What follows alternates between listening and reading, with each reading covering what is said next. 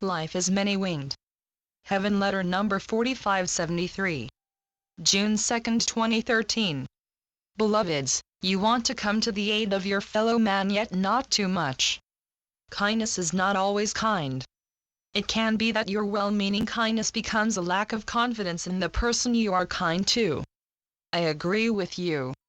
Choices in the world at large are not always easy to make or easy to live with. So many areas of life are toss-ups.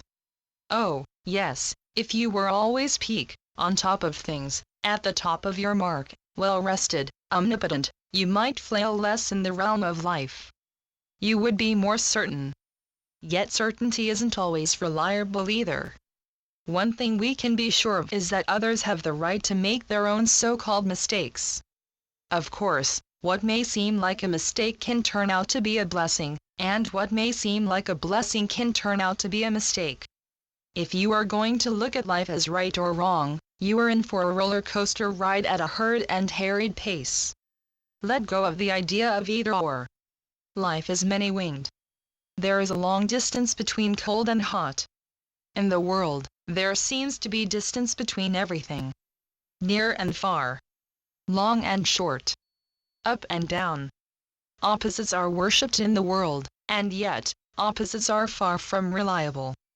Opposites force you into a corner. Openness leaves you unbound. Life is not your way or the highway. Life has many paths for you to take.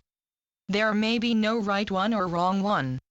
Regardless of the surface and first impressions, who can say that this is that or which is which?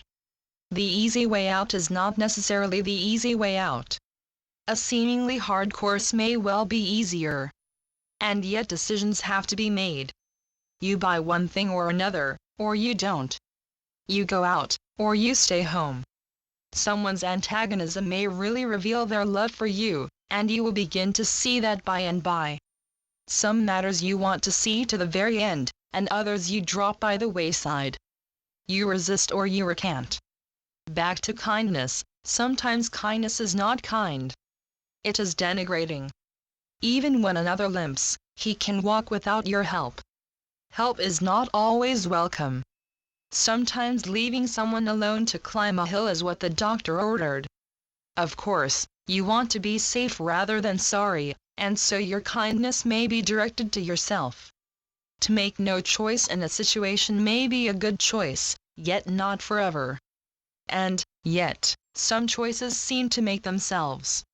Before you know it, choice is taken out of your hands.